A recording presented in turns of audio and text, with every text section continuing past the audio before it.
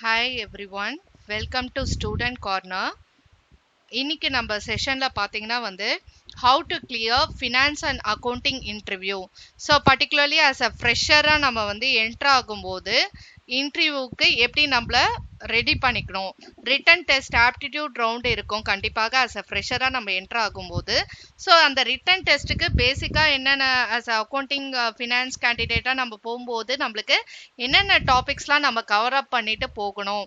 So என்ன மாதிரி questions கேட்பாங்க அப்படின்றத தான் நம்ம as a டிஃப்ரெண்ட் செஷன்ஸாக நம்ம டிஸ்கஸ் பண்ணிட்டு இருக்கோம்.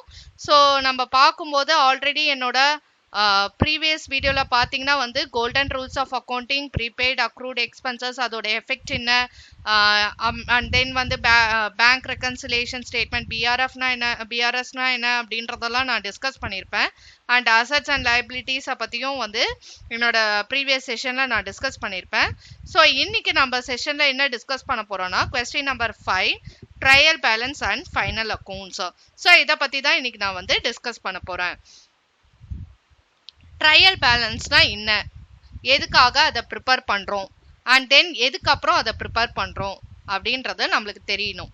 ஸோ ட்ரையல் பேலன்ஸ் அப்படின்றது எதுக்காக ப்ரிப்பேர் பண்ணுறோம்னா to check the arithmetical accuracy of the books of accounts. So ஒரு கம்பெனியில் பிஸ்னஸில் டே டு டே ரெக்கார்ட்ஸை டிரான்சாக்ஷன் எல்லாத்தையும் ரெக்கார்ட் பண்ணக்கூடிய பிளேஸ் எதுன்னு பார்த்தீங்கன்னா ஜேர்னல்.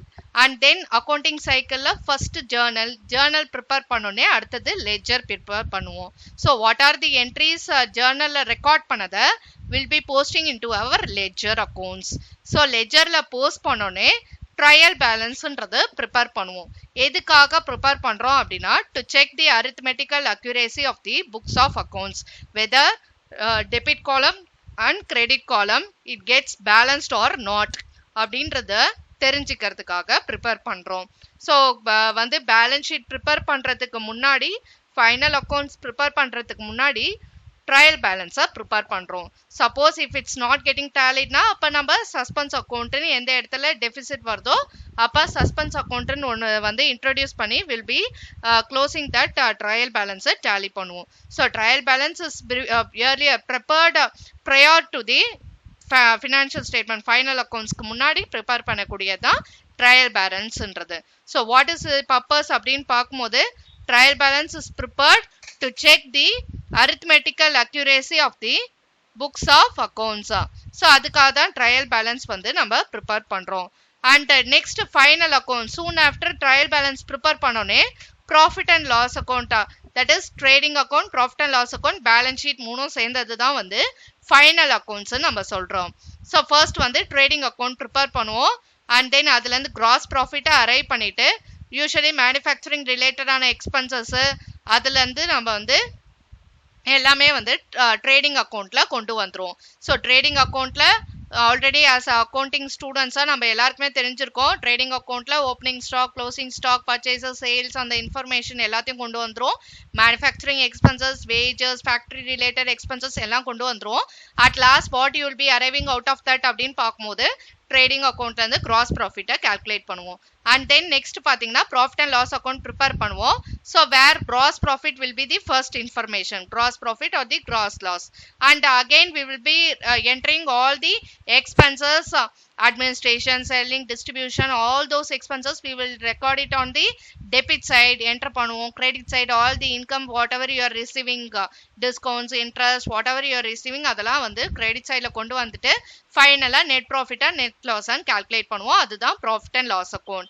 அண்ட் நெக்ஸ்ட் பார்த்தீங்கன்னா நெட் ப்ராஃபிட் கால்குலேட் பண்ணோன்னே அடுத்த உடனே நம்ம என்ன பண்ணுவோம், பேலன்ஸ் ஷீட்டை ஃபார்ம் பண்ணுவோம். So at the end of the accounting year, financial year balance ஷீட்டை ப்ரிப்பேர் பண்ணுவாங்க கம்பெனியில்.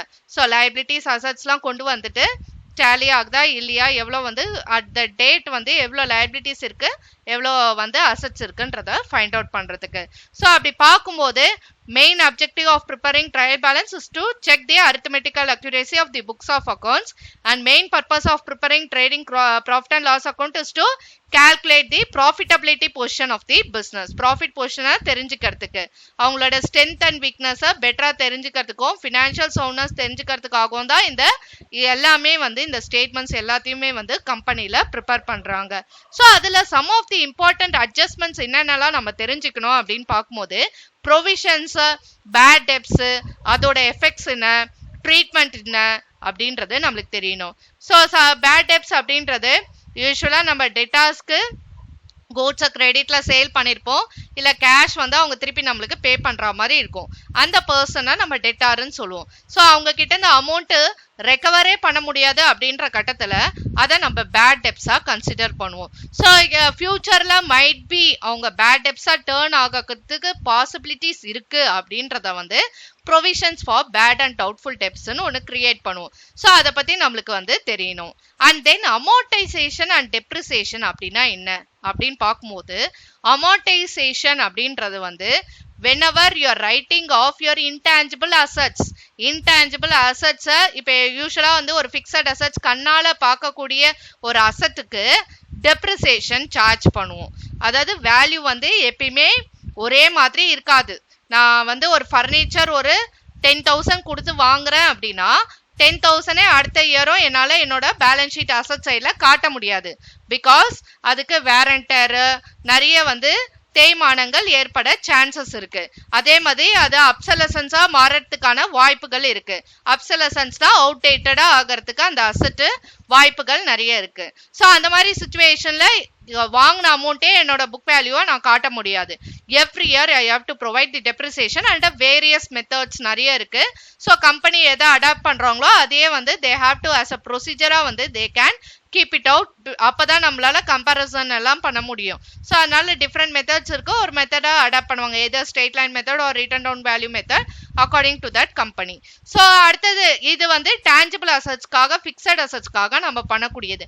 அமார்டைசேஷன் அப்படின்றது வந்து இன்டேஞ்சிபிள் அசெட்ஸ், குறிப்பாக like goodwill written off writing off அப்படின்ற அந்த டேர்ம் தான் அமார்டைசேஷன் சொல்றோம். இன்டேஞ்சிபிள் அசெட்ஸ்க்கான வார்த்தை தான் அது. அண்ட் இதெல்லாம் நம்மளுக்கு இம்பார்ட்டன்டான நம்ம ஃபெமிலியரா இருக்க வேண்டிய டேர்ம்ஸ் இதெல்லாம். ஓகேங்களா? ப்ரொவிஷன்ஸ்னா என்ன, அமார்டைசேஷன்னா என்ன, டெப்ரிசியேஷனா என்ன, அதுக்கப்புறம் இதெல்லாம் நம்மளுக்கு வந்து ரொம்ப முக்கியமாக நம்ம வந்து இருக்க வேண்டிய இம்பார்ட்டன்டான கான்செப்ட்ஸ் இதெல்லாம்.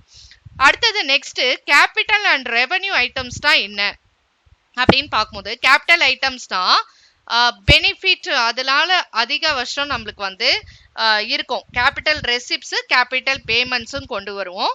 Revenue receipts, revenue payments. ரெசிப்ட்னா என்ன? ரெசிப்ட்னா இன்கம் அக்ரூ ஆகுதுல, இன்கம் நம்மளுக்கு வருதுல இன்ஃப்ளோவா, அதை தான் நம்ம ரெசிப்ட்னு சொல்லுவோம். அண்ட் தென் பேமெண்ட்ஸ் அப்படின்னு பார்க்கும்போது, பேமெண்ட்னா whatever the expenses you are paying அவுட்ஃப்ளோவா போகுது கம்பெனியை விட்டுனா அதெல்லாம் பேமெண்ட்னு சொல்லுவோம். ஸோ அப்படி பார்க்கும்போது எல்லாத்துலேயுமே வந்து ரெசிப்ட்ஸும் இருக்கும், பேமெண்ட்ஸும் இருக்கும். Capital receipt, capital payment, revenue receipt, revenue பேமெண்ட்ஸ்னு இருக்கும். ஸோ இந்த கேபிட்டல் ஐட்டம்ஸ்னா என்னன்னா it is non recurring in nature. Revenue items அப்படின்னு பார்க்கும்போது it is recurring in nature.